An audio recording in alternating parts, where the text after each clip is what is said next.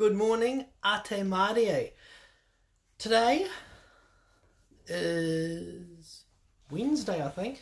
We've been two down. This is our second whole week of reading stories, and it's getting pretty exciting. And I keep finding lovely books to read, and it's quite nice when you've stacked them up in a pile and say, oh, we could read this one, we could read this one. Today's is a classic, but before we get on to that one, I seem to have stumped a few people with the question yesterday, but that's good, and it keeps things exciting.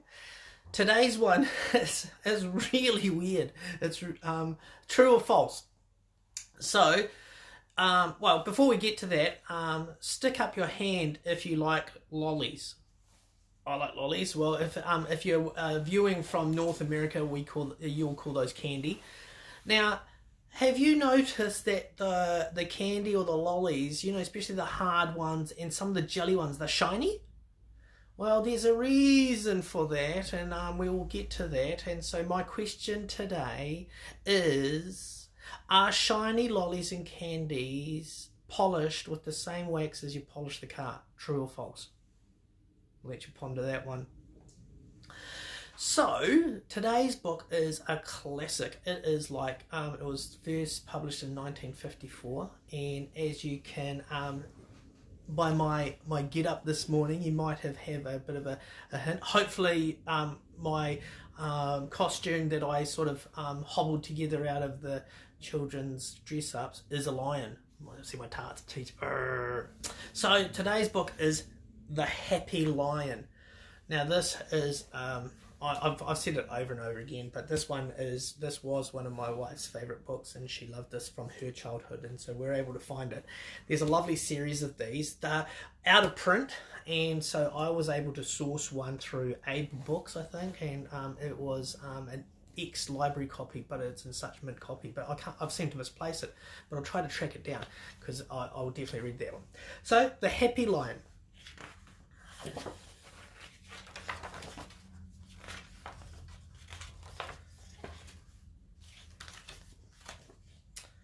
There was once a very happy lion.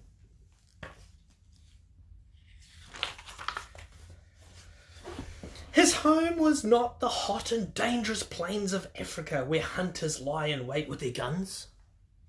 It was a lovely French town with brown tile roofs and grey shutters. The Happy Lion had a house in the town zoo for all himself, with a large rock garden surrounded by a moat, in the middle of a park with flower beds and a bandstand. There he is there. There's his moat. I presume that's so he doesn't jump out and say hi to the people visiting. Early every morning, Francois, the keeper's son, stopped on his way to school to say, "Bonjour, Happy Lion." Afternoons, Monsieur Dupont, the schoolmaster, stopped on his way to say, "Bonjour, Happy Lion." Evenings, Madame Pisson, who knitted all day on the bench by the bandstand, never left without saying, "Au revoir, Happy Lion." On summer Sundays, the town band filed into the bandstand to play waltzes and polkas, and the Happy Lion closed his eyes to listen. He loved music. Everyone was his friend and came to say bonjour and offer meat and other tidbits. He was a happy lion. One morning, the Happy Lion found that his keeper had forgotten to close the door of his house. He said, "I don't like that. Anyone may walk in. Oh well," he added on second thought, "maybe I will walk out myself and see my friends in town. It would be nice to return their visits." Now, what could go wrong? So the Happy Lion walked out into the park and said, "Bonjour, my friends," to the busy sparrows. "Bonjour, Happy Lion," answered the busy sparrows. And he said, "Bonjour, my friend," to the quick red squirrel who sat on his tail and bit into a walnut. "Bonjour, Happy Lion," said the red squirrel, hardly looking up. It must have been a very good nut. Then the Happy Lion went into the cobblestone street, where he met Monsieur Dupont just around the corner. "Bonjour," he said, nodding in his polite lion way. "Oh!" answered Monsieur Dupont. He fainted on to the sidewalk. What a silly way to say bonjour, said the Happy Lion, and he padded along on his big, soft paws. Bonjour, madames, he said. The Happy Lion said further down the street when he saw three ladies he'd known at the zoo. Wah! Cried the three ladies, and ran away as if the ogre were after him. I can't sing, said the Happy Lion. What makes them do that? They are always so polite at the zoo. Strange. Bonjour, madame, the Happy Lion nodded again when he caught up with Madame Pinson near the grocery store. Ooh la la! Cried Madame Pinson, and threw her shopping bag full of vegetables into the lion's face. Achoo! Sneezed the lion. People in this town are foolish, as I begin to see. Now the lion began to hear the joyous sounds of a military march. He turned the next corner, and there was the town band marching down the street between two lines of people. Rat-a-ta-tam, rat-a-ta, boom, boom. Before the lion could even nod and say bonjour, the music became screams and yells. What a hubbub! Musicians and spectators tumbled into one another in their flight towards doorways and sidewalk cafes. Soon the street was empty and silent. The lion sat down and meditated. I suppose this must be the way the people behave when they are not at the zoo. Then he got up and went on with his stroll in search of a friend who would not faint or scream or run away. But the only people he saw were pointing at him excitedly from the highest windows and balconies. I don't think he's very happy. Now what was this new noise the lion heard? Toot toot, hoot, toot toot, with the noise. Hoot, toot, toot, hoot!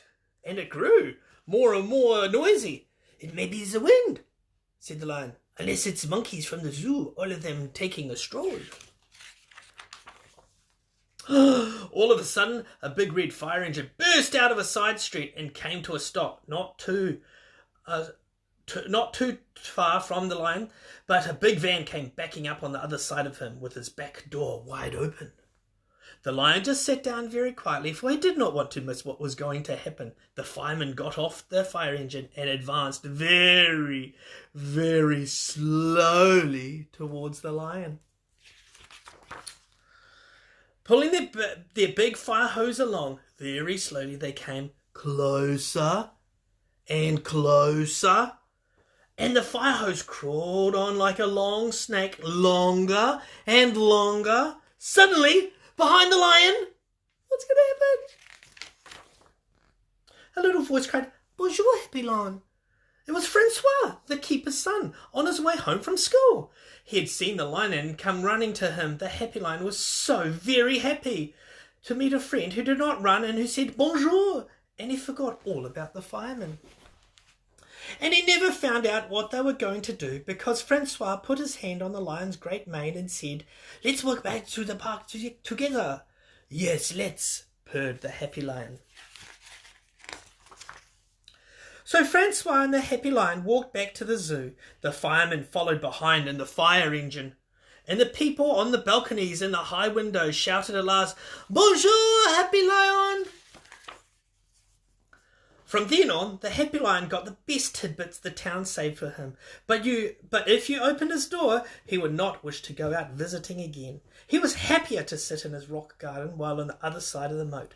Monsieur Dupont, Madame Pinson, and all his old friends came again, like polite and sensible people, to say, Bonjour, Happy Lion!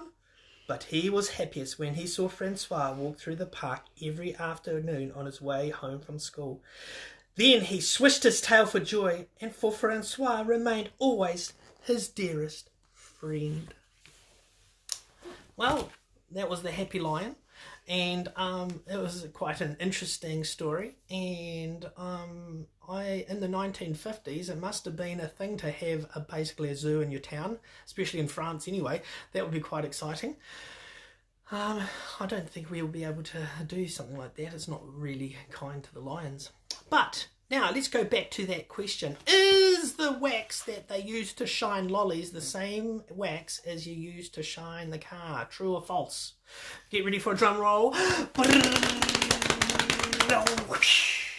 The answer is true. What? I'm eating car wax? Yes. The wax is called, funnily enough, Carnauba wax. And it is the same wax that you use to polish your car. So you're learning some weird and wonderful things with Mr. Tim about food and enjoying a story. Now, children, make sure you're good to your parents, and make sure you do the dishes, tidy up after yourself, and speak nicely to your brothers and sisters. We're 2 weeks in. There's lots of stories to come, and we'll see you tomorrow. Thank you for listening.